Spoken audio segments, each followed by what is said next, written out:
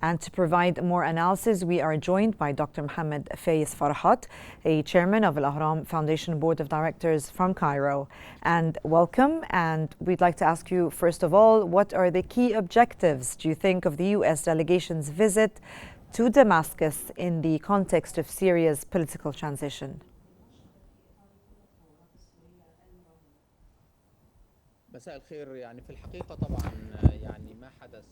Greetings, everybody.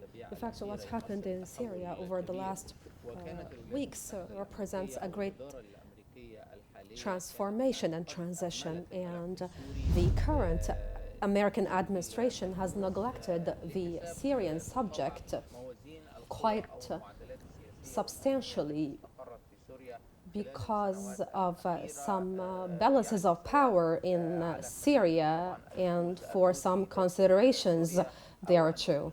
We all know the Russian influence in Syria and the influence of other regional forces inside Syria, which all led to this American stance.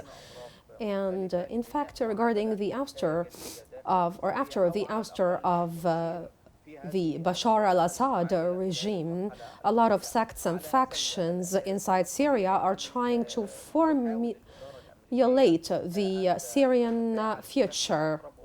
And so the American administration is trying to be more reactive right now to the Syrian subject and to voice out its stances within the upcoming Syrian equation.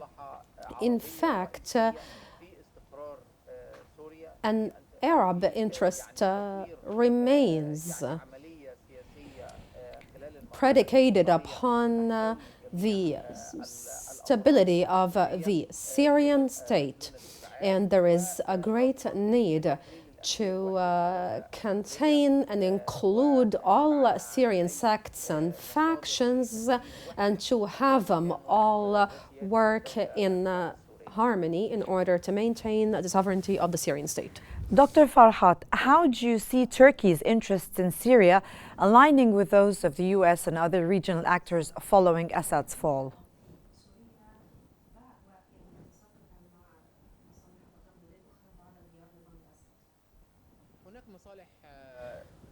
In fact, there are definitely Turkish interests inside Syria. We know the Kurd subject. There are Kurd forces inside Syria, and there is Turkish opposition inside Syria as well. And so Turkey has a great interest in guaranteeing that this Kurd presence does not turn into an imminent jeopardy for Turkish interests inside Syria.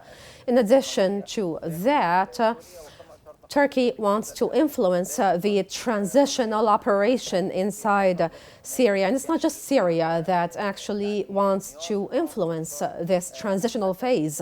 In fact, after the ouster of al-Assad, some international forces have their different interests inside Syria. Some of these interests could actually be contradicting as well. But in light of the political vacuum inside of Syria, it is only natural for us to see different international forces, in fact, wanting or competing to influence the inside of Syria and its political considerations. And in what ways do you think that the U.S. strategy or approach to Syria might change under the new presidential administration?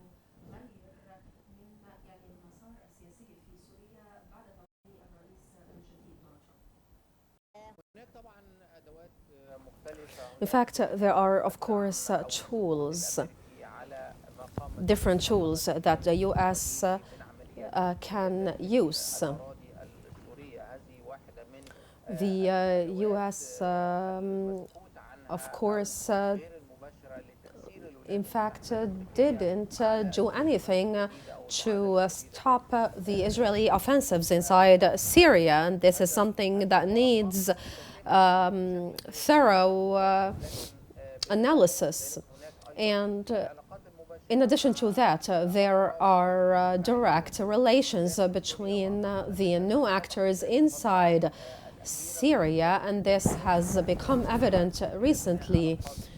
And we have seen the United States trying to establish new relations with different parties and sects inside Syria. There is another mechanism that has to do with the political operations that are going to be launched inside Syria in the coming transitional phase. In fact, if these operations transitional operations got hurdled and impeded, this is going to open a gateway to different forces to actually start influencing this operation. And one of these forces, of course, is the United States. In fact, we know that when regimes fall down, this always opens the door for more influence tools to be embodied, tools that can alter and cause detours regarding the political operations.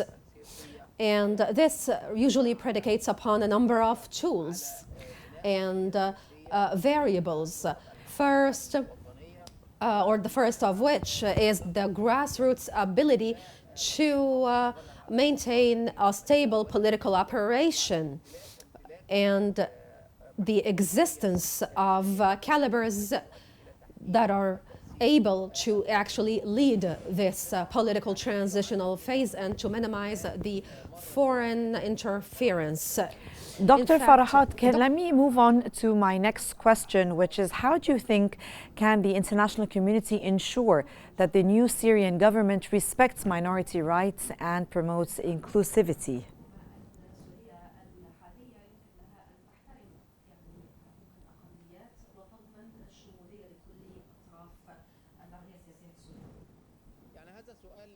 This is a great question, in fact.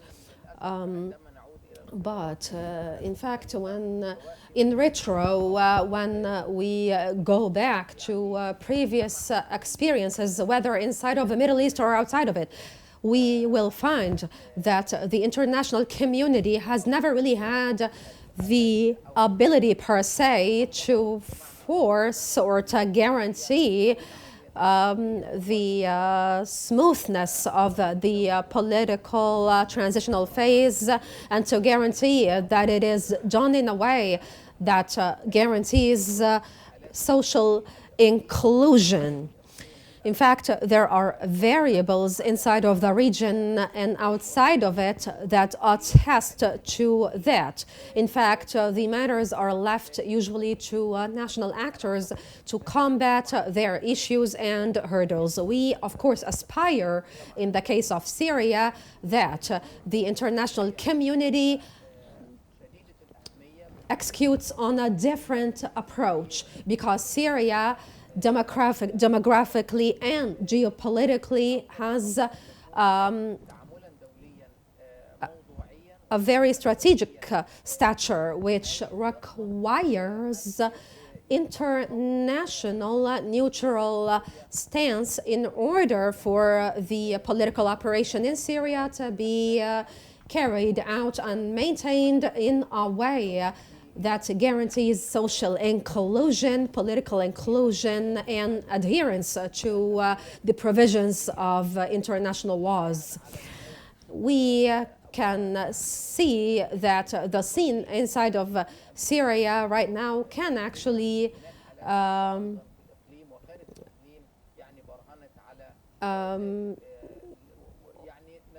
can be replete with some challenges. And we aspire that the international community recognizes that and to actually deal with the Syrian subject in a way that benefits from regional and interregional previous experiences, the nuances of which are actually similar to the Syrians, in order for us to have, that was Dr. Mohamed Farahat, the chairman of Al Ahram Foundation Board of Directors, with us. Thank you so much, Dr. Farahat, for your insights.